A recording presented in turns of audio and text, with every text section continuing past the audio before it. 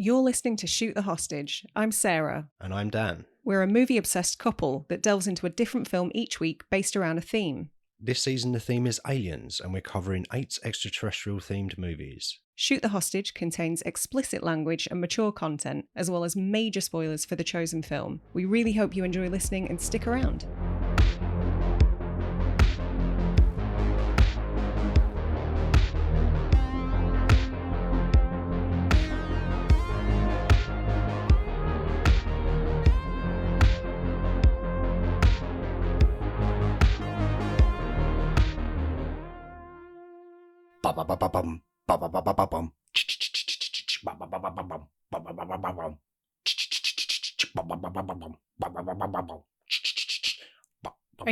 How long are you going to do this for? This is going to happen for an hour. I mean, I'm quite grateful that you're subjecting other people to what I've had to deal with for the better part of a week now. Dan!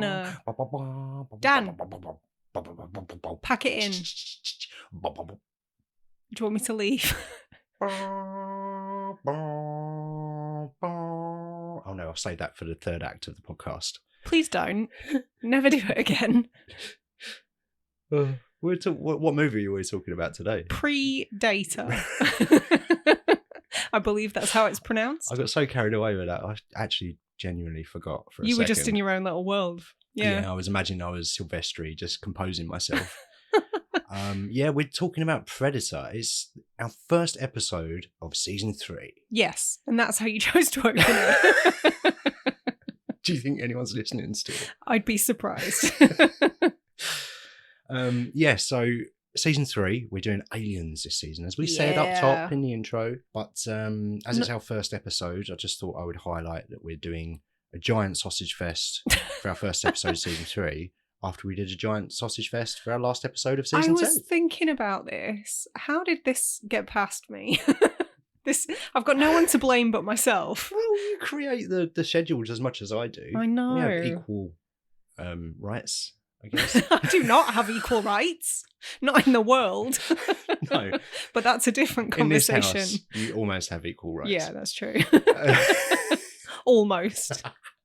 I have pop-tart privileges. No, do you know what I think it is? I think it's because we want to end on like a fun one, like we did with Con Air. Yeah. And we want to kind of start with a fun one. So why did we choose Army of the Dead last season? Well, that was a grave error. We made a mistake there. We did. But we thought that might be fun.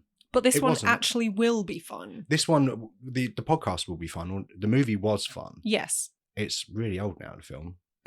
It's like I'm aware of that. 35 years old at this point, 30. It's almost as old as me. Yeah. So 1987, this one came out. It's a good year. Do you know what? I've never really given it much thought until about 5 minutes ago when I went on Letterboxd, and you can sort through your films and like select the year you want to look at. I mean, I'm guessing you can do that. I've never done it because I'm not a nerd. I know. Well, you are. I know you were just nodding along. No, I wasn't. You can't prove a thing.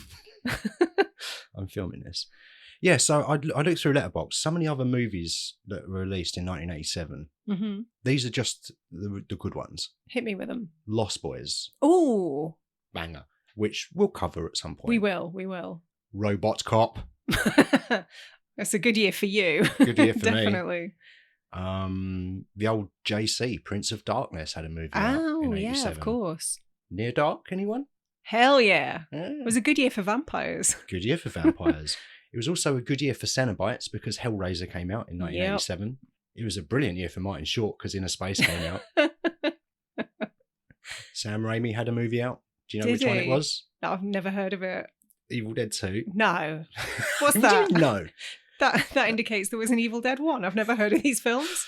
The Princess Bride. Yeah. Yep, people enjoy that movie a lot. Well, I'm going to be enthusiastic even if you're not. Wall Street. Okay. Yeah. Good movie. Yeah. Better than the sequel. Did the sequel have Shia LaBeouf in it? Wait, what? They made a sequel to Wall Street. Wall Street 2, Money Never Sleeps or something. Seriously? Yeah, not that long ago. It was within the last 10 years. So what a weird film to do a legacy sequel for.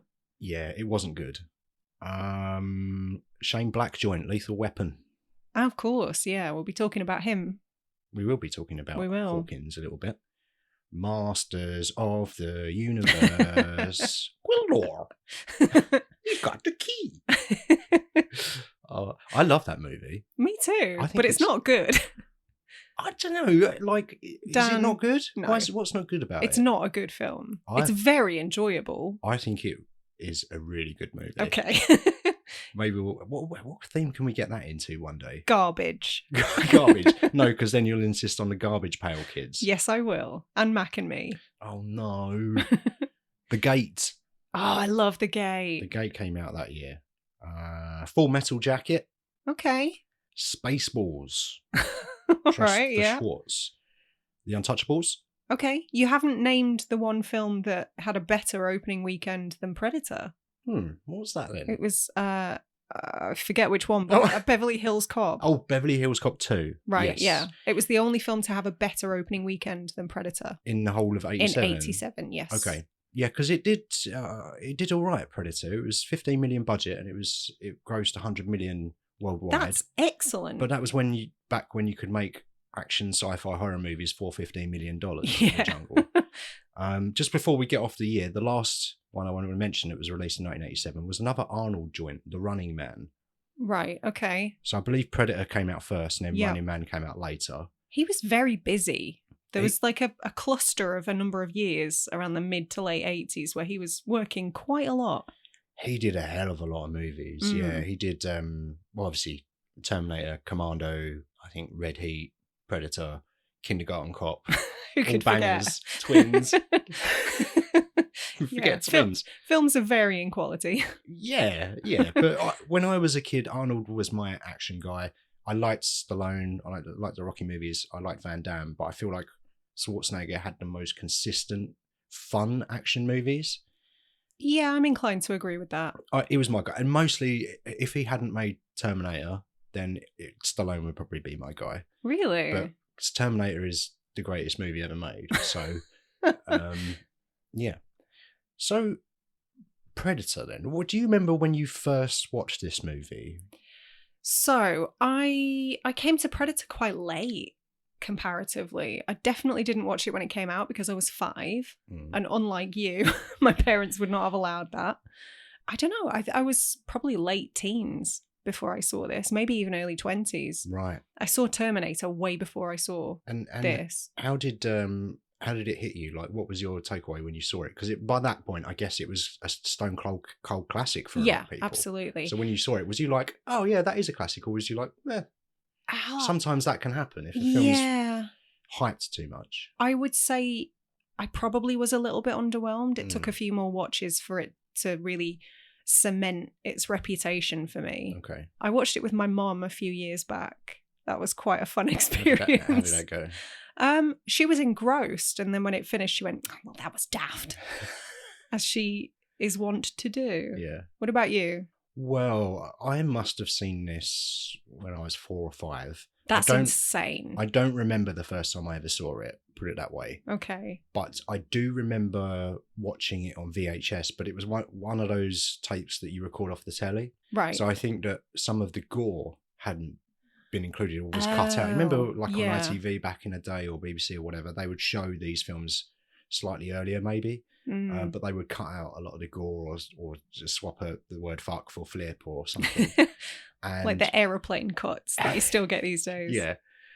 So I think I saw it on a taped off telly VHS and obviously loved it. Like me and my mates used to play Predator in a swimming pool. Yeah, I bet you did. I ain't got time to bleed. We just totally got to turn around. And I saw it a lot. And it wasn't until probably watching it on DVD later in my 20s maybe that I saw it in its full glory with all of the gore stuff in it. There's not a lot of gore, but there's certain really isolated, memorable bits. Really strong gore. Yeah. Like, oh, that's a human without their skin on. Yeah. Hello. Yeah, you'd have remembered that at 4 years old, I'm sure. Yeah, so I don't remember all of that stuff when I was a kid. I'm sure I would have been like, wow, yes. Like Arnold popping his eyeball out in a Terminator. Like, loved it when I was 5 years old. First day at the therapist. What's your earliest memory, Dan? Yeah, so I saw it very young. It's kind of always been with me, Predator. And then obviously you get onto the sequels, which we'll probably talk about those maybe towards the end of the episode. Yeah, I'd like to. So, I mean, it's kind of pointless, but do you want me to do a quick synopsis? Yeah, do the synopsis before I talk about the old director John McTiernan. Go on then. So, tagline: soon the hunt will begin. Dutch and his group of commandos are hired by the CIA to rescue downed airmen from guerrillas. Not actual gorillas. That doesn't translate in spoken word, does it? Just chuck them a banana. In a Central American jungle, the mission goes well, but as they return, they find that something is hunting them. Nearly invisible, it blends in with the forest, taking trophies from the bodies of its victims as it goes along. Occasionally, seeing through its eyes, the audience sees that it is an intelligent alien hunter, hunting them for sport, killing them off one at a time. Way too complicated. Yeah, I should have vetoed that before I started, really. Letterboxd is normally the one. I've got an alternative one for you. Go on. Big old oily boys in the jungle get killed by alien. They are very oily. They're very oily. This is the sweatiest film I think I've ever seen. It's a very hot jungle. It's very close. Bit humid. It's very close outside, isn't it? Yeah, very humid, very wet. It's a very wet movie, isn't it? It is very wet. Is maybe the wettest human I've ever seen. Yes. I think I said that as we were watching. Yeah. I've never seen a human sweat more. Yeah, I know, right? Yeah, that's one of those images that's always stuck with me, just dry shaving with a soaked face. Yeah. I don't know why. But he's got a very distinctive face as well. Bill Duke? Yeah. Yes, he has. Great face. Good, really good face. Yeah. So this was directed by one Sir John McTiernan. Yes. He has 12 feature credits to his name on looking on Letterboxd. So in 1986, he wrote and directed his first feature, which was called Nomad. Never seen it. I've never heard of it before doing the research for this. It had Pierce Brosnan in it. Okay. Before he was old Jimmy Bond. So that was out in 1986. It was not well received, but Arnold saw it and he really liked how the director managed to create tension in that movie. Now I haven't seen it, so I can't concur with that. We'll just have to take Arnie's word for it. Yeah, but obviously Arnie was a big name at that point. He's locked in. He's basically making a lot of the creative decisions on this project. So John McTiernan was brought on board to direct, and obviously the year after that, he made a little movie called, I don't know if you heard of this one, called Die Hard. Everybody's favourite Christmas movie. Yeah. Or rather the one that everybody likes to argue about as to whether it is a Christmas movie or not. Yeah, I don't know. I'm not going to have that conversation. Don't open that Pandora's box. Therein lies danger. So, yeah, he's got 12 features to his name. And I was surprised because he's one of those guys. He was a big deal when I was growing up. A lot of, obviously, Die Hard and Predator, favourites of mine. Last Action Hero I really liked. Medicine Man. Sean Connery has long hair and sleeps in a hammock. That sounds familiar. Yeah, I think so. The Hunt for Red October, which I didn't like when I was a kid because it was too boring. It was my granddad's favourite film. Was it? Yeah. I should give that another go. I bet I'd like that now. Die Hard with a Vengeance, which I think is my favourite Die Hard movie. Okay. I think there'll be a lot of angry You're allowed to be wrong. I'm allowed to be right because it's the most fun. All right. No, the first movie is obviously a stone cold classic. I return to Vengeance way more. Thomas Crown Affair, 13th Warrior, Rollerball. Oh no! Oh dear! I never saw that, but I heard it was not great. Is that the one with Chris Klein from American Pie fame? Yeah, it was a remake, wasn't it? Yeah, I believe so. Shocking film. And the last film that he directed, was released in 2003, and that was called Basic. He made some really classic movies, and it's a shame that he didn't carry on making them. I'm disappointed that he didn't. After 2003, he's just stopped making movies. Maybe we won't talk about it that much because we want to keep to the film, but he was sent to prison for a year, so that might have something to do with it. For what? Ooh, give me the gossip. It's a very odd wiretapping case. Okay. Oh my God. It's a weird one. I need to know more. So he had some studio execs phone tapped or something, or he'd hired a private investigator to spy on this guy, and I think he hired him to spy on other people as well. And it was a bit weird. I don't know exactly what happened or how it went down, but I do know that he had told a fib originally to the FBI when they were calling him. He got in a lot of trouble for telling that lie and for doing the actual wiretapping as well. Oh, Johnny McT, what are you doing? Yeah, it's a weird one, but it's not the worst thing anyways. There are people that have done way worse things that are still making movies today. Oh yeah, agreed. That's nothing, and I would be happily seeing him make more movies because I think he's a big old lefty at heart. Is he? Bring back John McTiernan. Have him direct everything that Bryan Singer was about to. Can we do that? Can we arrange that switcheroo? Yeah. So original script and concept by Jim and John Thomas, who wanted to write a screenplay about a brotherhood of hunters. Okay. Shane Black was brought on board later to do like a rewrite on the script and riff some misogynistic jokes in there. Yeah, that's right. Yeah. Let's talk about the jokes. But he was brought on and he was given a role in the movie as Hawkins. That's a brilliant name that is. Wonder why. And he was given a role in the movie because they wanted a writer on set. Okay. So I guess punch things up. And you mentioned the jokes. He wrote those jokes. Apparently like last minute. So I don't know, maybe that's got something to do with the reason that they're so fucking terrible. Donald McAlpine was the cinematographer, and I mentioned him because he worked on Patriot Games, Romeo and Juliet, and one of my favourites, Mega Piranha. Right. So Schwarzenegger joint. A Schwarzenegger joint? Yeah. Like a Spike Lee joint? Yeah. Well, surely, if we're going off that as the basis, it should be called a Schwarzenegger stogie. A Schwarzenegger stogie. Well, that could be every movie he fucking makes. Well, exactly. The first shot that he's in this film, yes, he's got a stogie on the go. Yeah.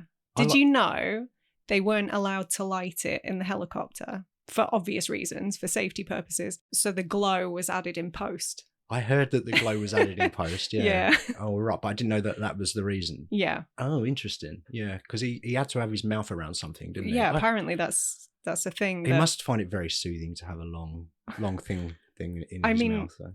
Let's not go down that Freudian rabbit hole, shall we? Yeah. But we spoke about that. That's the first time we see Arnold, and they're kind of delivered via helicopter to this army base, I guess. Deposited in the jungle. Yeah.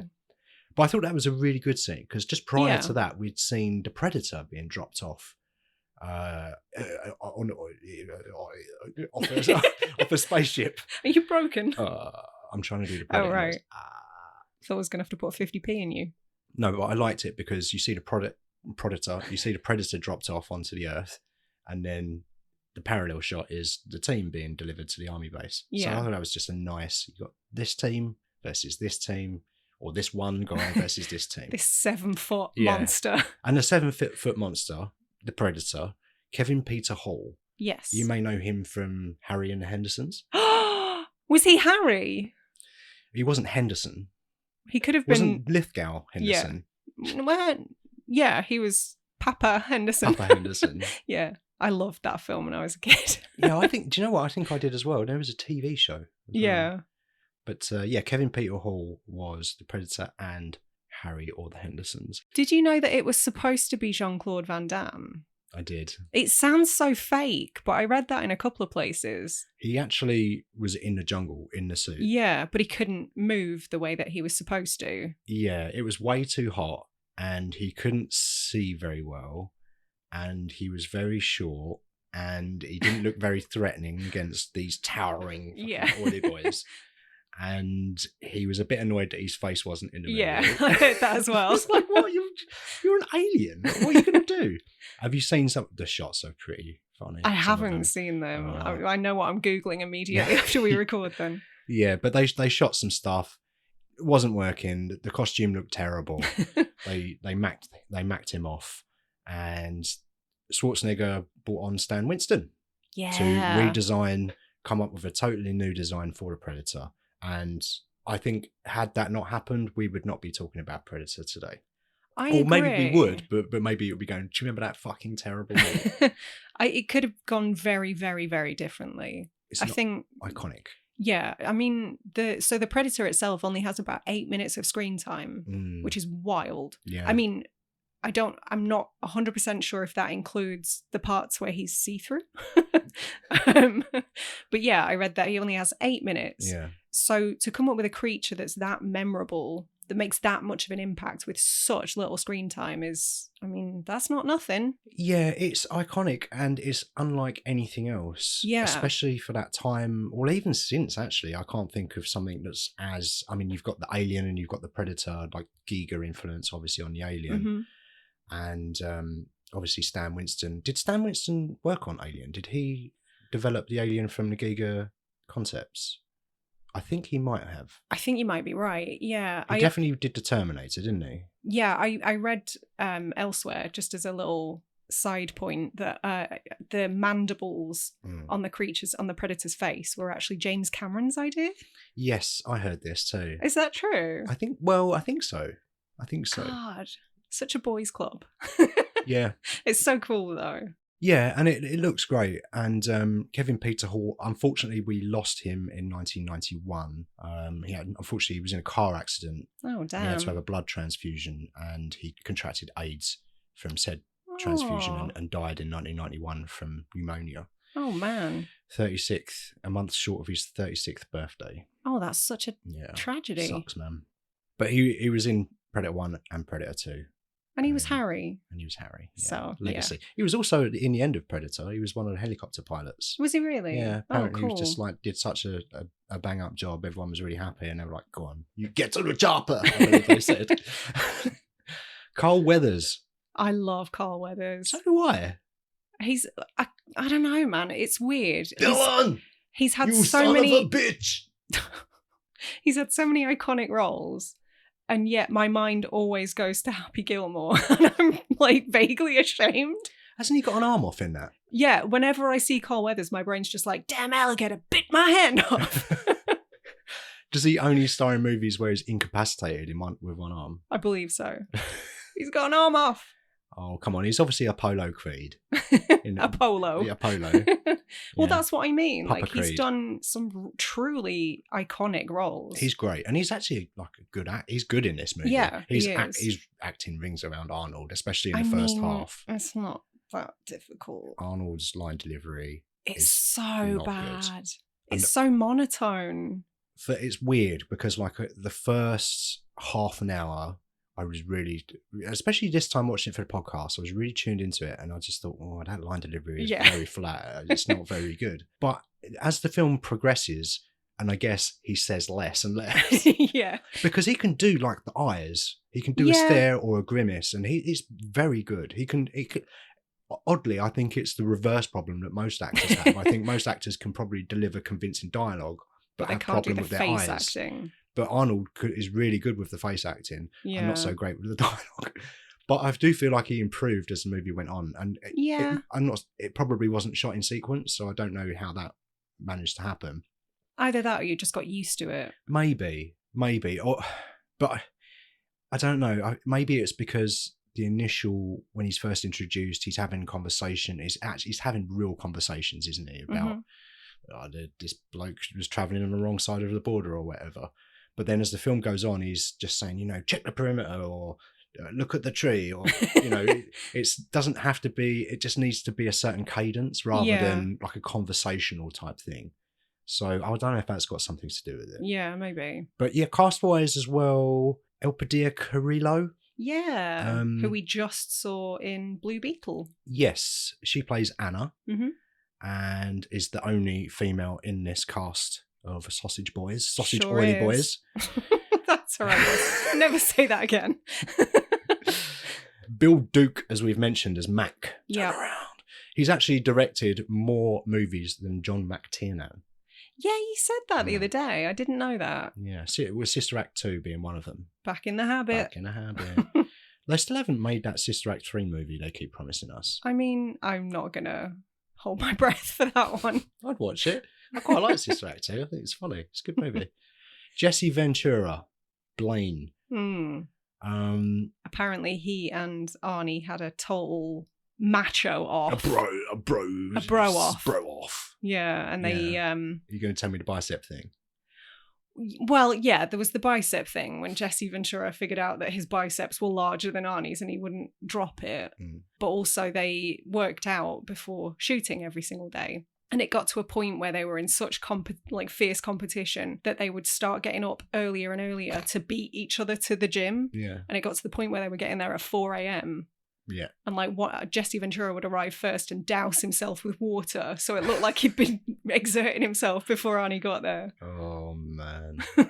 Just going back to the bicep thing, I heard that Arnold had told the costume person to tell Jesse Ventura that his biceps were bigger. Right. And so Ventura went to Arnold and went, let's measure our biceps. The winner gets a bottle of champagne. Oh, my God.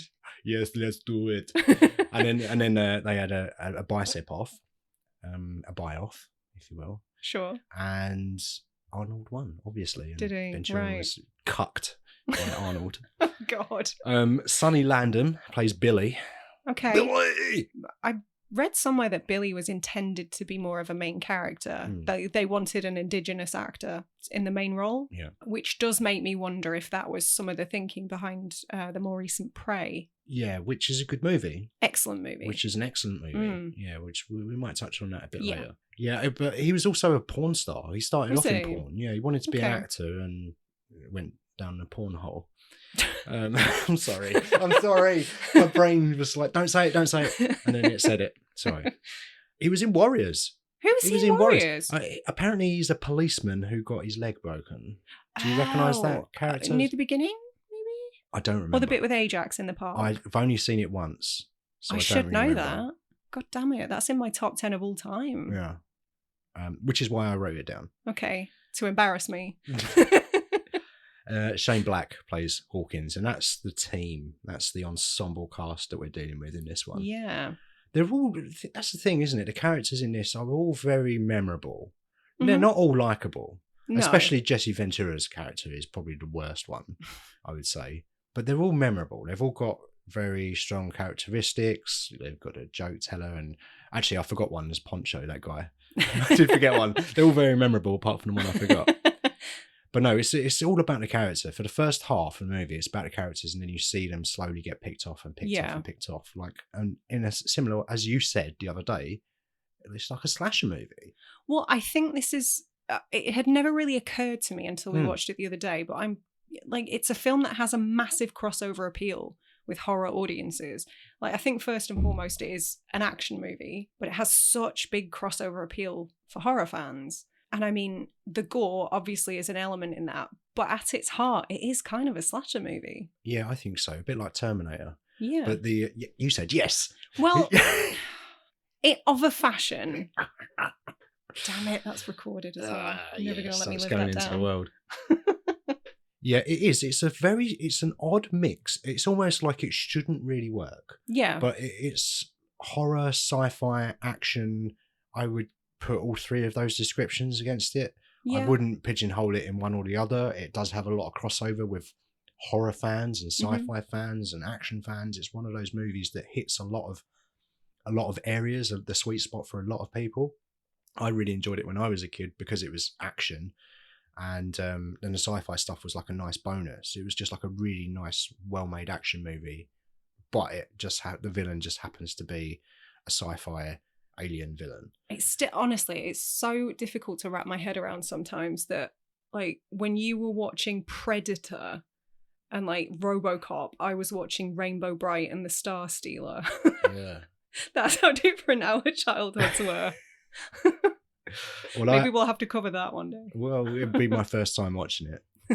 Yeah, so jungle setting. Yep. It's actually meant to be Guatemala, but it was shot in Mexico. Yeah. I read that the camp is now a tourist destination. The camp being the camp that they invade in the first act. That they blow up. Right. Okay. Yeah. Although they were, so I read as well that they were criticised for that at the time, but apparently the scene that is exploded, it was decimated already. So they just sort of did some set dressing, set up a bunch of explosives over a 2-week period, painted some tree stumps black and did it that way. Right, okay. So there wasn't as much destruction as they were thought to have caused. Yeah, no, good. Yeah.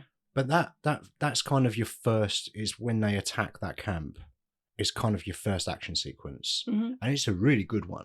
Like, I forget how well done that sequence is. You get a real sense of geography. You get a real sense of the teamwork. Arnold's giving the orders, go over there, and he does the thing where he holds his hand up and you see his big old fucking gun bicep. We didn't even talk about the handshake. I mean, everyone talks about the handshake. The birth of a million memes. Yeah. Yeah, big old veiny cocks just wrestling each other. What's that thing called when the penises touch each other? I don't know. My friend calls it dickies. Well, yeah, that thing.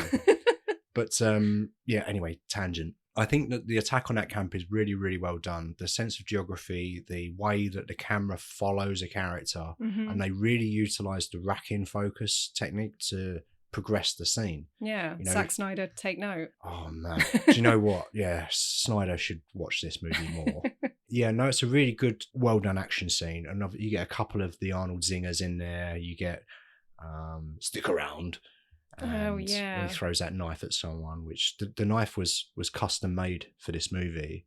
Okay. Apparently, just some sales guy just was trying to sell some knives, obviously, to the studio, and he ended up making this like little sword kind of thing. Yeah. And it was given to McTiernan at the end of production, and he still has it. Okay. I think he took it to prison. I don't know if that would have been allowed. Yeah. And when I say prison, it wasn't a prison. It was like a... rich people prison. It was a rich people prison. Right. Yeah. It was a light crime. Listen, I don't want to... He seems all right. It was a misjudgment. He just sounds like he's a bit paranoid from what you've told me. Right, yeah. But Arnold zingers, so he does the stick around bit, and then he knocks... he kicked down a door and says, knock, knock? And then every time I watch this movie and he says, knock, knock, and then kills the people, I imagine the people going... Who's there? Yeah, good scene. That's a good scene, and it's before they know what's going on, before the audience knows what's going on. If it's your first time watch, and imagine watching this movie if you didn't know anything about it, you never heard of Predator before, and you're watching it and you think, oh, this is an action movie, and then they slowly reveal that actually there's an alien hunting them. I don't know, it's really well done. It hits the beats of all of those things, as we've said already. So after the camp, then that's when they start getting picked off by the Predator, right? Yeah, and that's when Anna is sort of added to the mix. Yeah, and then it's a slow reveal that they're being hunted by the Predator. I think one of my other favourite scenes from it is when they just start firing relentlessly into the jungle. You've got old Painless with Blaine, the big old minigun that's meant to be strapped to a helicopter, but he's so big and tough and oily that he can just control it like a big phallic dick. Well, I don't know. That was a real sort of video game moment. It reminded me of something like Gears of War. You know, when you have those the levels, I can't remember what they're called. It's like a stamina thing where you have to just defeat increasingly difficult waves of enemies. Yeah. And there are miniguns that you can sort of take off the stand and cart around, but it slows you down immensely. It was a really cool sort of video game moment. I really enjoy that. It doesn't slow Jesse Ventura down. It doesn't, no. He ain't got time to bleed. Double-hard bastard. Yeah. But that's a really cool scene, and especially having done some more research for this podcast as well. Apparently the studio were like, we need more guns, we've got to get more guns in there, and the whole thing is kind of fetishizing guns, and a lot of action movies did and still do. Yeah. And McTiernan wasn't about that. He wasn't a fan of that. So he was like, you want more guns? I'll give you more fucking guns. So he just did like a 5-minute sequence. It's not 5 minutes, but that's how he describes it on a commentary, of just mindlessly just shooting at the jungle. Bang, bang, bang, bang, bang, bang, bang. And the first part of dialogue after that is someone says, we hit nothing. And what he's thinking behind that was really what I'm saying is that guns achieve nothing. They're pointless. Okay. So that's that. It does add a little bit more to that scene. Yeah. This is not your run-of-the-mill action movie. It's super well made. It's got obviously some of the hallmarks of classic movies, and the creature design, but also the way that it's made and the thought process behind each scene is really actually quite clever. Okay. They first find out that they're being hunted because they find the 3 corpses hanging from the tree, don't they? And they find Frank from Hellraiser hanging upside down. That's right, yeah. One of them's called Jim Hopper. Yeah, there's a Jim Hopper and a Hawkins. So I'm guessing the Duffer brothers are fans of the Predator movies. Yeah, that's not an accident. No, it can't be. No, Jim Hopper, yeah, for sure. Yeah, and I'd never noticed that before. No, I hadn't before we watched it the other day. That was super interesting. I mean, it stands to reason. It's kind of largely considered one of the better films to come out of the 80s, isn't it? So Yeah, so going back to that scene when they're mindlessly firing into the jungle, then the predator actually gets injured, and that's when you first see it only a little bit. yeah, they clip him, They don't clip they? it. Yeah, and actually, so he said that we hit nothing, but they did hit something. That's disappointing. Anyway, there's some predator blood. Doesn't matter, and it's really, again, iconic. It glows for some reason. Well, I mean, we were joking when we watched it, saying, "Oh, you know, glow stick fluid again." Like they've taken a page from the Reanimator playbook. Yeah. But I read about it, and it was literally the inside of glow sticks mixed with KY jelly. Oh, yes. I bet they had some good parties on that set. Oh, my God. Ow. Big old oily boys. KY jelly. And glow sticks. God, sounds like a Tuesday night out to me. It's a classic one to remember. I think I've been to that club. Not for me. Not for me. You're on your own there. But yeah, I really enjoy the... What's the word? Like mise en scène. No, like the innovation with stuff like that. I mean, apparently they wanted the blood to be bright orange initially. I heard this, yeah. But they couldn't achieve it, so they pivoted and decided to go bright green. I think that was kind of the right move. I think it was. I mean, it's easy to say in retrospect, but yes, I think it was. You often find that, though, don't you? You often find in movies that the most memorable things happened almost by accident. Yeah. Yes, have happened by necessity because they couldn't do one thing, so they tried something else. But I think that is usually the case with these lower budget. And it seems insane to call a movie that came out 35 years ago with a budget of 15 million lower budget. But by today's standards, it kind of is. I mean, if you look at action stars, the closest thing that we have to Arnold now, unfortunately, is probably The Rock. But he won't be in a movie that's made for less than 100 million. No. With a couple of exceptions years ago. I mean, look at the latest Indiana Jones. Yeah. It was fine. But a film that cost a reported 300 million should be so much better than fine. I don't get it. But I always come back to this, and with the danger of repeating myself, like, necessity is the mother of invention. When you're strapped, when you're in a pinch, your creative team are forced to come up with solutions that often end up enhancing the film. Yeah. And I think that's the case here. Absolutely. It's that collaborative process. I think bringing on Stan Winston saved this movie. Yeah. Everything that they did with the effects really, really works. Yeah. So I'm guessing you know how they achieve, speaking of effects, the invisibility, cloaking kind of thing. I hope you can explain it to me, because I've tried. Okay. I listened to some podcasts, I read some articles, and I couldn't get my head around it. So please, look, don't look to me for definitive answers. It's the invisibility. It is quite complicated. It's more complicated than I anticipated it being, actually. All right, hit me. So I don't know. I guess I just sort of assumed that some sort of green screen was involved, but apparently because the forest, the jungle that they were in, was predominantly green, they had to go the furthest away from that in terms of the colour spectrum. The furthest you get from green would be red. So they, I've forgotten his name, but the guy who was in the Predator suit was basically in a bright red suit, basically about the rough size it needed to be. Then they used chroma key techniques to remove the red, which left an empty space. Yeah. And then they repeated the take without the actors, using a lens that was 30% wider. And then when the two takes were combined, the jungle from the second take filled in the empty space from the first take. Where the predator is. Where the predator would be. So effectively, the width of the lens kind of is what caused that sort of, I don't know what you'd call it, like the edge effect. Like refraction, like the bending of the light around. In a way. Because you can see it, can't you? You can see it moving. Because, they wanted it to just be like more of a vague outline, obviously, to indicate that there is something there, but we're not sure what. Yeah. And I think for the most part, for 1987, that's pretty impressive. For 1987, for $15 million, I think this is one of the best ever looking movies for that price range. I mean, would that be classed as an in-camera effect? I don't really know. Or would that still come under the umbrella of VFX? Because it's not CGI. There's nothing even approaching CGI here. Know.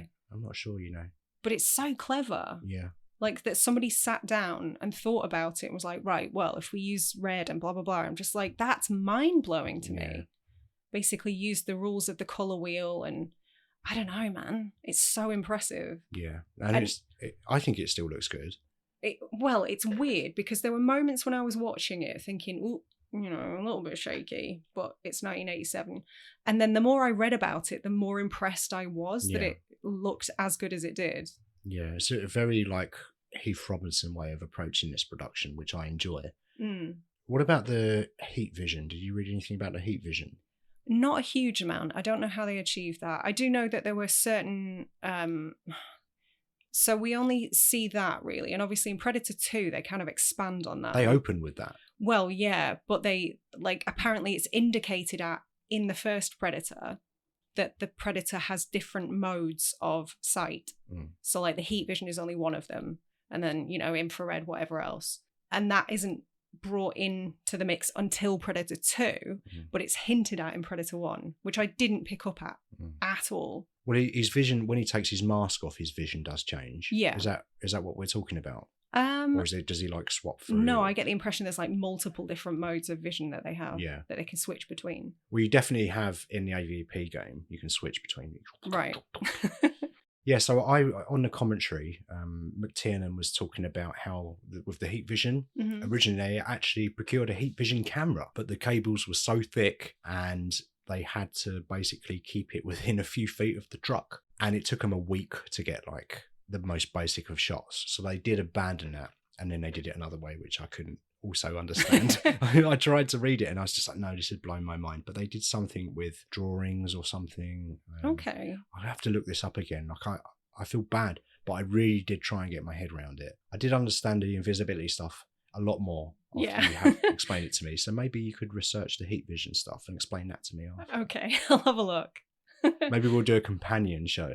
Yeah, it's interesting though, isn't it? Because the more you read about this film, I think the more, well, certainly from my personal experience, the more I read about it, the more I dug deep into the research, the more of an appreciation I had for what they managed to pull off. Yeah. Because even during when we watched it the other day, there were certain moments where they were using that technique and the Predator was quote unquote invisible. And I was like, God, why does he look like he's moving so slowly? It looks really odd. But apparently they had Kevin Peter Hall on, it was effectively wire work. Bungee, yeah. Yeah. So because the suit was so heavy, it was the only way to achieve that. Yeah. So, oh my God, the stuff that went into this, the logistics. I think I know the part you mean, where he's jumping from tree to tree. There's a bit almost where it's looks slowed like down. slow-mo, yeah. But that's what I thought. I just thought, well, I'm just watching a slow motion jump here. Yeah. So my brain was like, this is fine. Right. So it tricked me into believing I was just seeing something in slow motion. Going back to the costume of the Predator as well, we spoke about briefly when he takes off his mask. Mm-hmm. But actually, do you know, I heard, I think it was the commentary again, that they actually introduced the mask because there was so much labour involved with the mandibles. Right. And there was fucking like 8 James technicians. Cameron. Yeah, it's got to make things difficult. We haven't got Avatar money, Cameron. Yeah, it was like 8 people that had to control the mandibles and the face and stuff. Everyone had a tooth and an eyebrow and stuff like that. And that was obviously very labour intensive. So they came up with the idea of the mask, which again is just another example of how we're going to get around this problem. Let's. I tell you what. Why don't we just create the most iconic alien mask that's ever been created, just on a whim? Fucking blows my mind. Ingenuity. Yeah, I love it. Like the 80s and Stan Winston specifically as well. He's responsible for so much good shit. I think he's underappreciated. Didn't we see Robert Kurtzman in the credits as well? Yep. And Screaming Mad George. Yep, all School of Winston, yeah. Yeah, but those guys have gone on to become kind of heavyweights in the field as well. Yeah. So the fact that so many of them were working on this one project is so cool. Did Screaming Mad George work on Reanimator? Oh no, now you're asking. Okay. I should know that. If I knew there was a way to find out. That'll be in the companion show. Stop promising this thing that we may not deliver. That's going to be my get out of jail free No. card now. Whenever I'm like, I don't know what the answer to that question is. It'll be in a companion show. You said something quite interesting to me when we were watching the film about how the Predator could be viewed as a feminist. Oh, absolutely. Do you want to talk about that a little bit? Feminist coded. What specifically was it that made you think that, made you have that thought? Because I agree with you, but I hadn't thought it until you said it. It was like, yeah. What made me have that thought? The fact that I try and make everything feminist in my own brain as canon is what made me have that thought. So this is not really a fair assessment because there's only one female character in this movie. Yeah. But it is notable that she is spared. They do kind of explain that as her being the only one to not be carrying a weapon. But yeah, I don't know. She's spared and also not harmed at all. At all, yeah. Engaged in any sort of fighting at all with the Predator. She knows the most about the Predator. She kind of explains some of the lore to the male characters. Yeah. Even going as far as to translate the name, which is, was it the demon who makes trophies of men? Yes. I believe. Something like that, yeah. I don't know, man. Feminist hero. It works. The Predator, what a queen. Also, the Predator's face looks a bit like a vagina. Honestly. The inner part, behind the mandibles, pure vulva. I'm telling you. Yeah. No, it all makes sense. And if it wasn't intentional, then it was there subconsciously, I think. Yeah. The first person to die makes pussy jokes. Yeah. Misogynistic jokes. Yeah. Honestly, there's so much weight to this theory. The whole team, they're big old burly oily boy muscle men with big old phallic weapons. And they can't defeat it. And it's useless. Yeah. Honestly, the Predator, the more we talk about it, when you said it, I was like, legs. Yeah, this works. And I thought about it. It's like, I can't, there's no denying this. Right? Yeah. It really, I don't know if it was intentional, but I'm going with it. I don't know. Maybe in some ways it was, but no, I like it. Let's go with it. Let's do a feminist season. Ooh. And then we'll include Predator in it again. Everybody will revolt. Nobody will have that. I think Predator 1 is the only Predator movie that you could successfully argue that, I think. I don't know, Prey? Yes, of course, Prey. I forget because it's so recent. Yeah. But yeah, Prey would qualify. It's kind of come full circle. Yeah. We need to watch that again. We do. I have to mention the score. Of course you do. Alan Silvestri. We opened the episode with me going bum, bum, bum, bum, bum, bum, bum, bum, bum, bum. Don't do it again. We don't. Bum, bum, bum, bum, bum, bum. Sweet Lord. This is what I've been dealing with for a week now. Honestly, I think he's one of the greats. He's done some bangers. Back to the Future, The Avengers, Young Guns 2, Flight of the Navigator. Flight of the Navigator, so close to my heart. I love it. Judge Dredd, that was the best part of that movie, actually, incidentally, was the score. Wait, the 95? Yeah. Oh, nobody's perfect. I think he did it. It might have been Goldsmith, actually. Right in. It'll be in the companion episode. No, stop saying that. Yeah, and I've still got to do one day. We do our little film fests, festivals where we watch like 6 or 7 movies over the course of a weekend. Are you going to steal my joke? The Alan Film Festry. Yeah. Yeah. We're going to do it. We're going to watch Young Guns 2 and all of those movies that I just watched, including Predator #1. But that score, those cues are reused in every sequel as well. I can't remember AVP, mostly by choice because I'm trying to block them from my brain. You've suppressed that. Yeah. But I think certainly in the Predator movies that do not feature xenomorphs, they all use the Predator cues to varying degrees of success, I would argue. Because again, it's kind of iconic. It's so well known. It's iconic. It's half. I would say the scores in movies are maybe half of the battle for me. Yeah. Although, having said that, when we were watching this movie, your take was it's a feminist movie. My take was this could work as a silent movie. Because I think you could remove all of the dialogue, especially Arnold's. As long as that score is still there. Well, yeah. But you would still get everything. You'd see the team seeing their boss. You'd see the team being dropped in the jungle from the helicopter. You'd see them fight a gang or army in the camp. Mm-hmm. You don't need any dialogue for any of that. You see the Predator hunting them. You see everything that you need to see. I just think that visually this film is so strong that you could just remove, or you could put this on mute even if it's the first time watching it, and I think you would get everything you need to get. But the score fucking slaps. Excuse me. Yes, you got your hand up. I have Yes, got my Sarah, hand raised. Sarah in the back there. Yes. Thank you. You're grounded. You can't ground me. You're not my mum. Oh no, I'm a teacher. Go to the headmaster's office. No, I don't want to. So you said this film looks amazing. I have a couple of bones to pick with that. It mostly looks amazing, but I did make some notes. I have notes. I have notes. I took notes. There's a couple of shots. There's one that the one that springs to mind immediately is where Arnie is jumping off the cliff. And it looks like absolute garbage. It's so grainy. And I was like, is that zoomed in? Yeah. But when I did some research, I did read that the B camera was loaded with the wrong kind of film stock. Yeah. Someone got fired for that. Yeah, I'm guessing. So there are a few shots in the film that look grainier than others, and it was not intentional. Interesting, because when you said that to me in the movie, and I agree, it does look pretty bad. It looked terrible by comparison.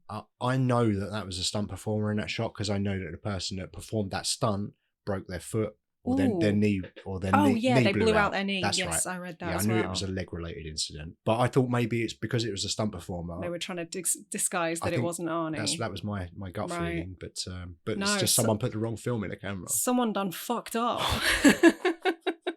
Oh, God. I know, mortifying. Imagine if that was you and you worked on Predator. I don't know if I could ever watch this movie again. I don't think I could ever converse with another human again. I'd die inside. God, yeah. I'd find the nearest person to blame it on and run away. It was John McTiernan. He's got a record. I do think maybe this team could have been improved if they had introduced Burt Gummer, though. You could say that about anything. I know. I'm gonna. Burt Gummer with his elephant gun. I'm gonna push that in this season. We're gonna put Burt Gummer in every episode. I'll happily go along with that. Yeah, they wouldn't have stood a chance if he was there. So we're getting towards the end now. Yeah. Can we talk about the fact that Arnie kind of figures out a way to evade the Predator by coating himself in mud? Mudface. Mudface. Yeah. Some would say that's culturally insensitive. Okay. You can't do mudface anymore, Dan. No, for real though. It was the 80s. It was a different time. I vaguely remember a very long time ago that Mythbusters did an episode on this. And I don't know, I kind of had that thought while we were watching it. I was like, that wouldn't work, would it? Oh no, let's apply some logic to the Predator movie. But apparently they did bust that myth. Like, if you covered yourself with mud, your body temperature would heat the mud so quickly that it just wouldn't work. Right. There were a lot of issues while they were filming. Basically, Arnie went from being swelteringly hot to covered in mud and freezing and shivering. And they tried to heat him, but it just dried the mud out, turned it into clay. Yeah. It was a nightmare. It was an absolute disaster. I heard they were feeding him booze as well, and he just ended up getting rat-assed on set. Like schnapps or something. Right. Best outcome. Yeah. Is that why towards the end of the film he's just looking at everything with pure fascination, like he's seeing it for the first time? Yeah, he was pissed off his head. Honestly, that tickles me. That makes me laugh. Towards the end of the film, he looks like a newborn baby, like he's seeing a tree for the first time. It's so funny. Next time you watch it, bear that in mind. He's going through a very traumatic thing here. He's fighting an alien. Up until before that, he didn't even know aliens existed. I think the only thing that was on Dutch's mind was, where am I getting my next stogie from? Yeah. Hello, you are the Predator. Do you have any stogies? That would be his question, yeah. But this is the third act, isn't it, when he covers himself in that mud? Mm-hmm. And there's no dialogue in this apart from, you ugly motherfucker, and just little quips like that. Yeah. But it's the last 20 minutes or so, half an hour maybe. Yeah. And he's setting the traps. He goes full Home Alone. He does go full Home Alone. Yeah, he's sharpening sticks and lifting logs and making bow and arrow explosives, improvised explosive devices, or IEDs, if you will. And yeah, it's a really cool just setting up traps in the forest scene. And it's just, I don't know, I think because he's lost all of his weapons, so you think he doesn't stand a chance here, and it's just his intellect, it's his knowledge. Apparently he's been Kevin McAllister this whole time. Yeah. But it's not the weapons, it's the knowledge, it's the knowing about your environment, and he basically... It's not his big muscles, it's his big brain, it's his Dan. big old oily brain. That's right. And I like that. I think that's a really good way to defeat the predator, particularly the predator is moving from tree to tree, there are no tracks. Arnold is swinging from tree to tree, there are no tracks. He's obviously, as you mentioned, he's covered in mud, which definitely works and definitely doesn't allow people with heat vision to see you. Sure. And it's innovative and it's clever, and it's just a way of defeating the villain in a just a different way, rather than just blasting some guns at someone. Not to keep bringing it up, but I'm going to keep bringing it up. But that's why I liked Prey so much, because it was a total return to form. Yeah. It was somebody who was like, well, I can't outperform you physically, so I have to use my intellect. Yeah. And it is the best way to defeat that alien. Yeah. And that's what's so good about Prey as well, is because it's set in 1715-ish, something like that. Oh, no. Whenever. 1700 and something. Yeah. We'll look it up. It'll be in a companion episode. Oh, stop, quit it. But yeah, no, it is a real return to the original in that sense, isn't it? Because she just uses her brains and her knowledge of the terrain to defeat a predator. Yeah, it's super well done. And that's probably the thing that a lot of the sequels get kind of wrong. Mm-hmm. I like all of the Predator movies. I think they're all fun. I like them all. Yes. I don't think that they all are good. Agreed. Okay. Yes, I do agree with you. Yes. Just very quickly, what would your tier list be? I don't know if I can do this very quickly. Okay. Tiernan list, if you will. My McTiernan. So I'm going to say my favourite, Predator. It's got to be, right? 1987. Yeah, it's the movie I agree with that. Kicked it all off, that created the iconic creature. Mm-hmm. It has to be. I think Prey is number 2. Copycat. I think... Me too. It's the best sequel. There's no denying that. And when I was thinking about this list, I had something else in second spot originally. And the main reason for that is because Prey is fairly recent, and I thought maybe recency bias might be playing a factor. I do need to see it more times. Mm-hmm. Having said that, I do think it's the best sequel. At number 3, I've got Predator 2. Okay, disagree on that one. I think it's got a lot going for it. It's not the perfect movie. It's not brilliant. Perfect. It's a total mess. And actually, probably one of my least favourite Bill Paxton performances. He was kind of wasted in that movie. I thought it was all right. I thought, do you know what? I think that movie was rushed, and I think that it shows. But there are some things there. That's the LA setting.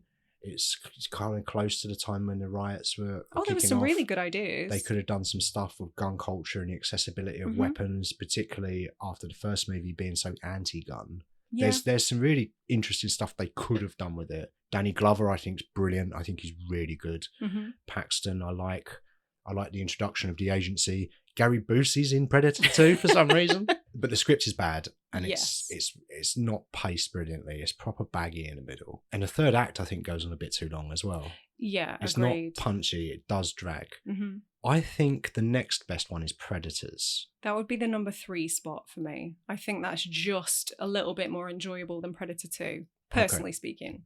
I think for me, maybe it's a bit more enjoyable. I think maybe the second half is a bit more enjoyable. Okay. But man, I watched that the other night and the first half is not good. Oh really? I haven't seen it for a few years, but it's got such an eclectic cast.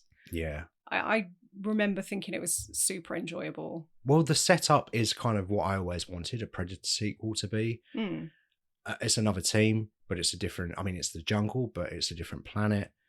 You've got these memorable characters. You've got a Yakuza in there. Mm-hmm. You've got all the,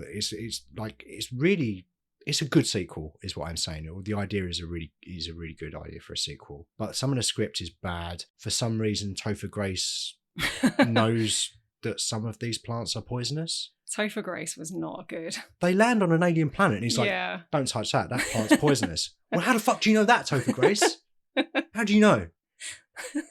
Oh, that's right, because plot says that I need to know because I'm going to use that later to incapacitate someone. It's not good.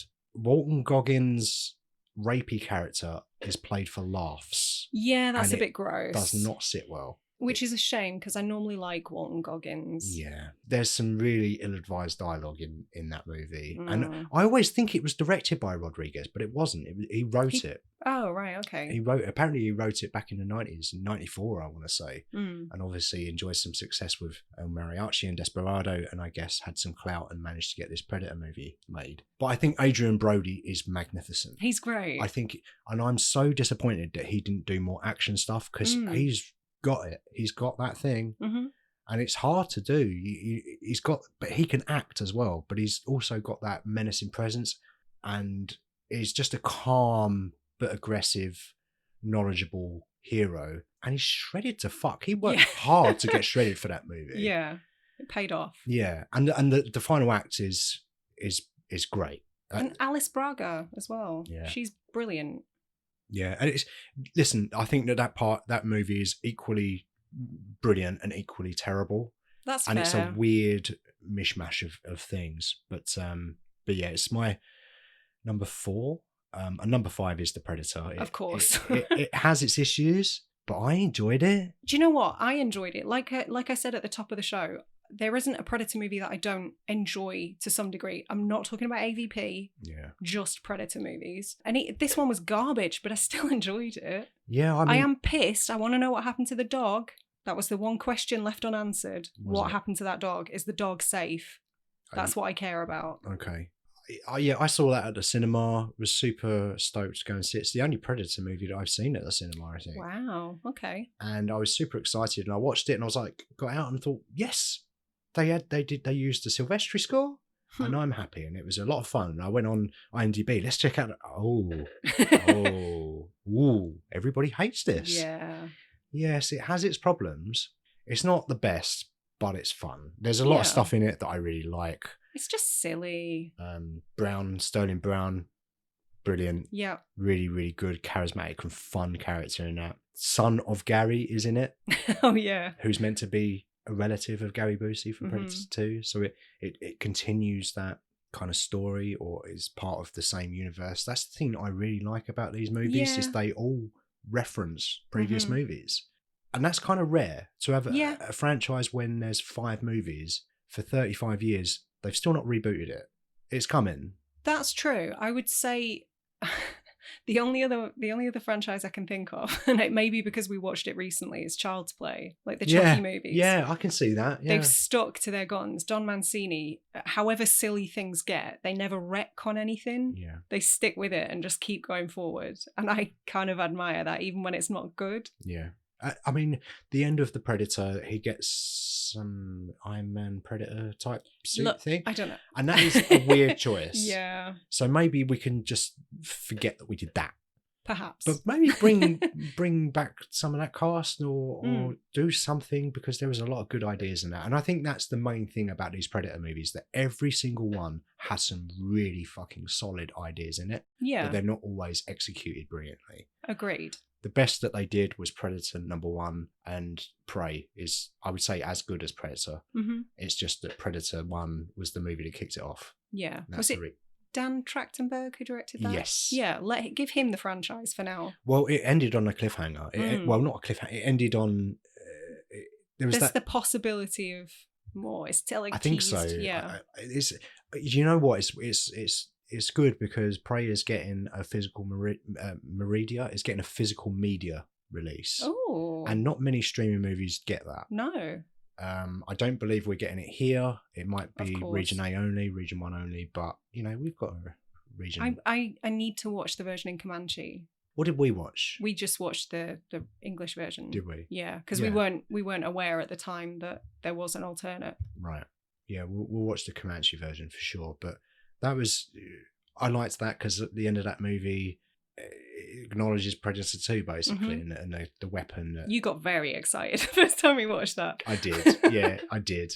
I'm super excited to see what more they can do with this franchise. Like, I remember back in the day after Predator 2, and you had the longest time between Predator 2 and Predators, 20 years. Yeah, 20 years gap. And obviously, I knew about the xenomorph head in Predator 2.